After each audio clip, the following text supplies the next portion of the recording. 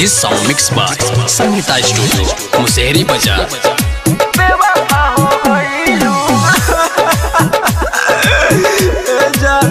सुन लो, बेवफा हो गईलू जान, बेवफा हो गईलू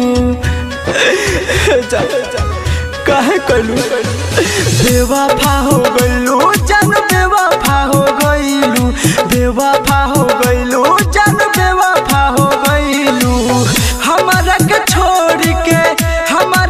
छोड़ के दूसरा के भइलू, बेवफा हो गईलू जान, बेवफा हो गईलू, बेवफा हो गईलू जान, बेवफा हो गईलू, बेवफा हो गईलू,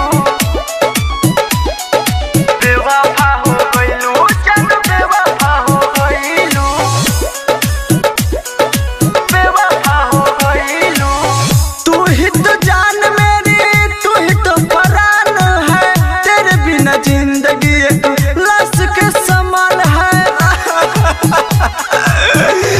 जान सुन लो, तू ही तो जान मेरी, तू ही तो परान है, तेरे बिना जिंदगी एक लाश के समान है। देख के दर्द दिया हमके, देख के दर्द दिया हमके, बड़ा तड़पइलू, बेवफा हो गईलू जान, बेवफा हो गईलू, बेवफा हो गईलू जान, बेवफा हो गईलू, बेवफा हो गईलू, बेवफा हो गईलू जान, बेवफा हो गईलू, बेवफा हो गईलू। बिरजस मिंटू को भूल मत जाना, वादा किए हो तो प्यार को निभाना।